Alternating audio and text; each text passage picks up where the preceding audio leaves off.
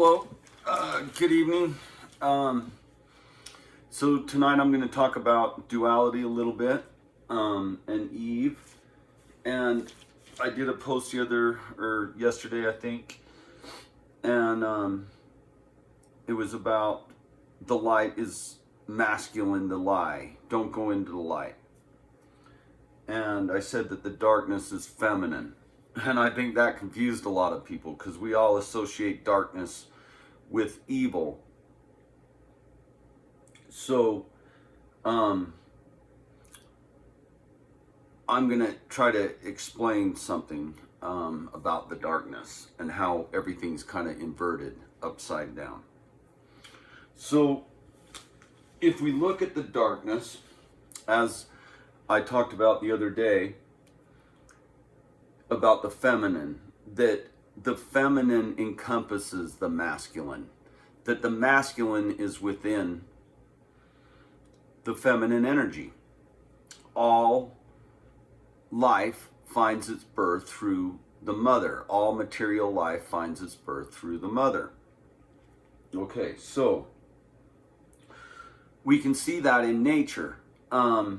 Think again of the Big Bang. There was darkness or nothing, and then the light came out of the darkness. The light exploded, a pinpoint of light explodes out of the darkness. So we see that the material light came from the darkness. It was birthed or born out of darkness. We can also see in the summertime at night.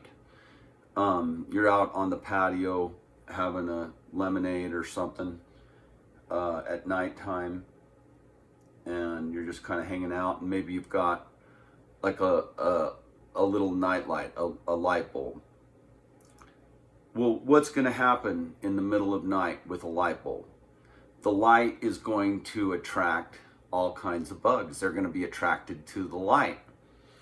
But what's going to happen? The bugs are going to be so attracted to the light that the light's going to kill them. The light will burn them. And they can't help themselves. They're attracted to the light. And remember, Satan masquerades as a light. And Lucifer is the light bringer.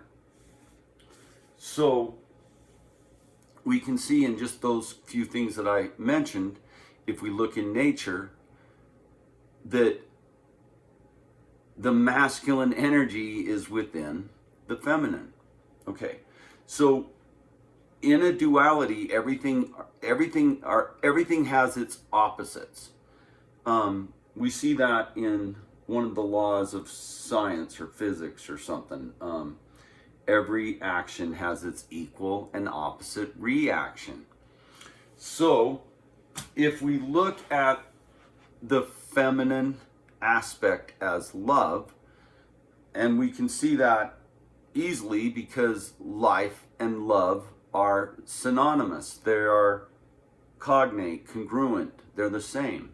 The tree of life, the tree of love. And they give us the gift of life through what's supposed to be an act of love. Two people fall in love, they come together, and they create a new being to become one. And they create a new being as an act of love. And that's a gift of life. So the opposite expression of that would be fear. Fear is the opposite expression of love. So in the occult, they look at fear in kind of a screwed up way, because there is there, just like with love or anything, there's a good love and a bad love. There's a good fear and a bad fear. So let me give you an example. I could use fear if I understood certain things and I put you in a certain situation and you weren't aware. I could use fear to manipulate you or control you. So that would be a wrong kind of fear. However, I could be say, at a national park, sightseeing, and I could be standing near a cliff, just by myself, say, and maybe a couple and their little girl are not too far away from me, and maybe the couple are talking and they're not paying attention, and their little girl or little boy wanders over to the cliff, really close to the cliff where they're about to fall. So out of fear, which would come out of love, one of them or me could notice that the child is about to fall over the cliff, and through that fear, which stems from love, one of us could run over and grab the child and pull it back to safety. So that would be a proper use of fear that was stemmed out of love. The fear came out of love. Something was going to happen to somebody that, a child that was innocent. And we didn't want that to happen. So out of fear, we acted out of love, right? Okay. So the same thing with love. We can love unconditionally and love the right way, or we could love somebody to their detriment. We could love them in the wrong way. We could, enable them or whatever. You kind of get my drift, I think. So where people get confused is that, see, the feminine is darkness, and in the Old Testament, in Genesis, Eve ate from the tree of death, the tree of knowledge of good and evil. And when she did that, she sinned. She became subordinate. We see her put in a subordinate position. She no longer had she kind of gave up being the goddess of life. She now ate from the tree of death, the masculine tree, the tree of fear. The serpent told her that she could be like God. But see, that's the trick. The trick is you can't be God because you're created. You're a created being. So only the creator could be God. So she was tricked. And so Eve, as I stated in a while ago, is not what we would call a good archetype. She's an archetype. And she's not an archetype of actual good. And when we see the tree of the knowledge of good and evil, we see a duality, good and evil. So what is good and evil? Well, if we you have to think back in ancient times, the smarter somebody was, the more respect they had. Okay, so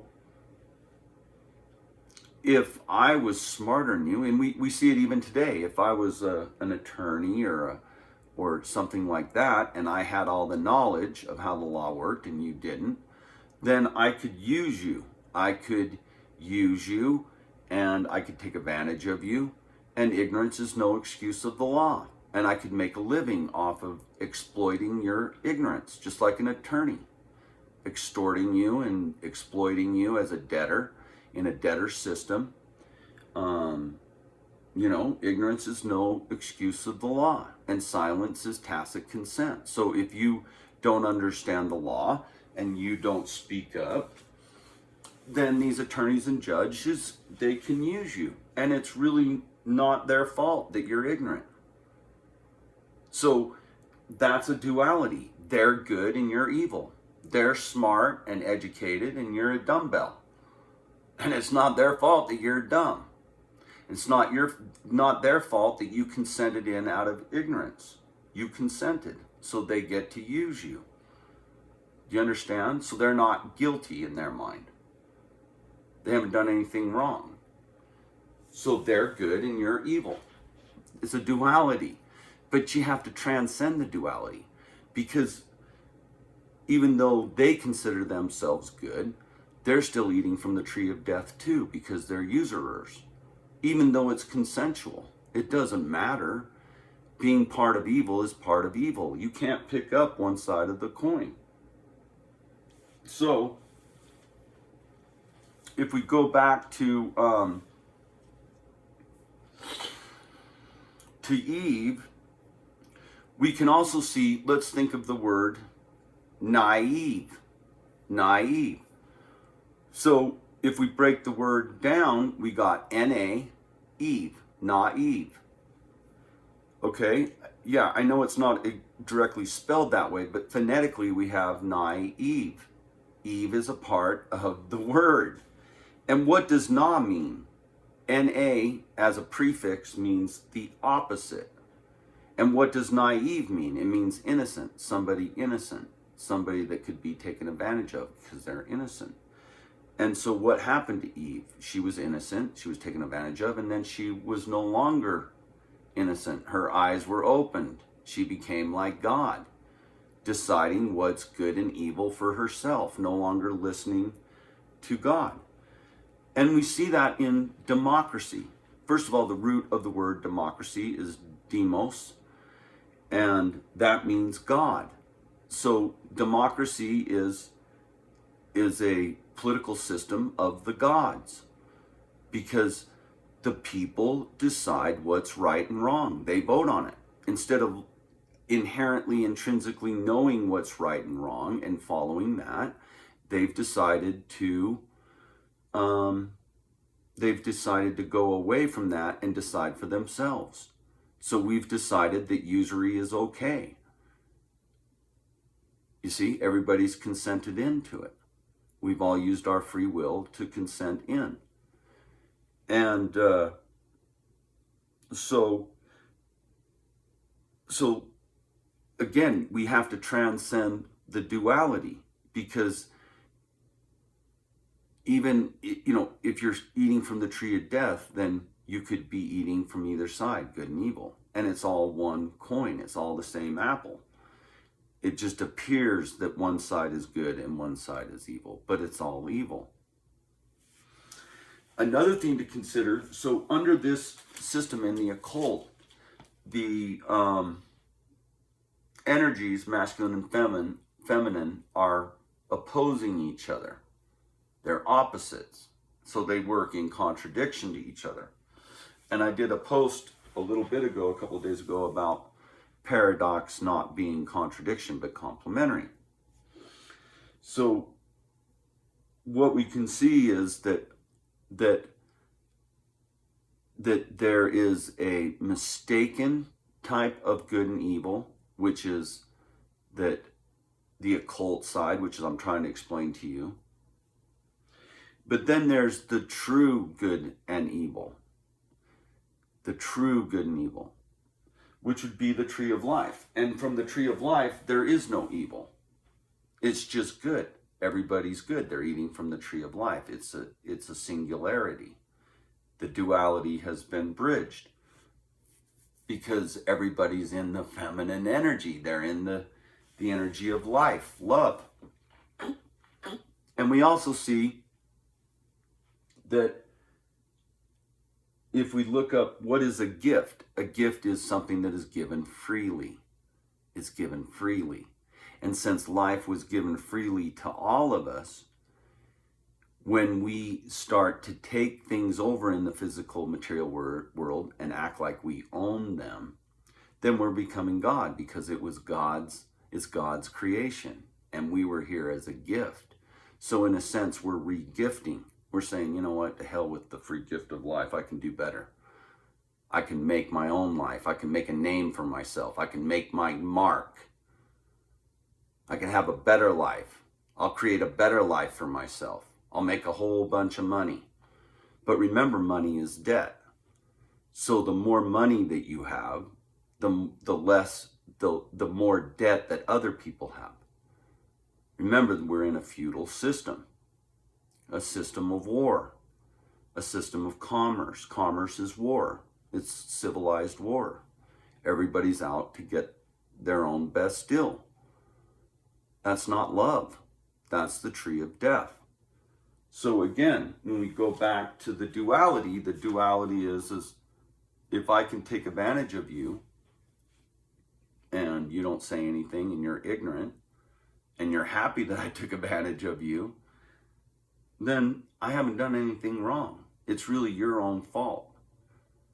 But is that really truly how good people operate?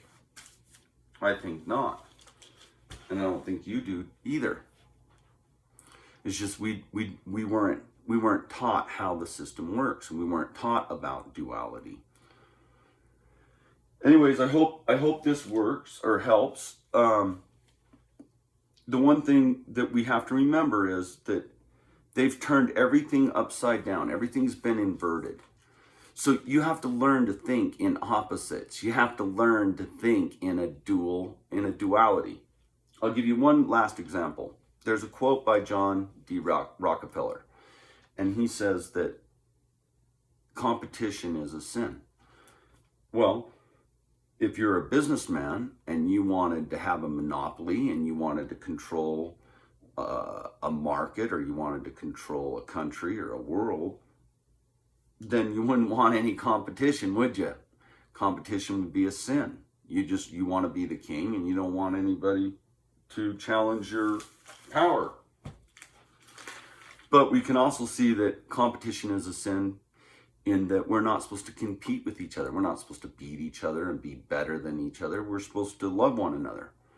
If we're out there competing and trying to be better than one another and bragging about how good we are and all this other garbage, then we're not in a state of love. We're in a state of selfishness and self-love, not in a state of loving one another as we love ourselves. We love ourselves better than everybody else because we think we're better. So, competition is a sin, competition is a sin from either side, whether you're good or evil, right? See how that works? So what we have to do, and I've had time to train myself, is everything in this realm is a duality. Everything. There's up, down, left, right, good, evil, warm, cold, on and on and on and on. And what we have to think of, one thing to think of in terms of paradoxes. So if we have hot and cold are not necessarily opposites, but it's a matter of whether heat energy is present or not. So the more heat energy present, the more heat there's going to be generated. If we take the energy away, then there's not going to be any heat. It's going to become cold. We can look at the same way with love and fear. If we have love, we're burning in that energy. When love energy is not present, we start going into fear. Love is understanding who we are, understanding who others are, understanding where we came from, where we're going. That's love. To not understand any of those things would be in fear. So those things would not be present in somebody. So that would mean that person is in a state of fear, since love is not present. So I hope those things work.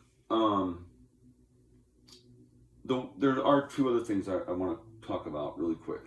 So when the masculine is reigning over the feminine, then we are reigning in hell. Just like that Laws of Ma'at quote I wrote you, where the masculine is supposed to protect the feminine and make sure she's free to walk the earth unharmed. So the male or the masculine priesthood has flipped it upside down. They've decided not to serve in heaven, to not serve the feminine. They've decided to reign in hell.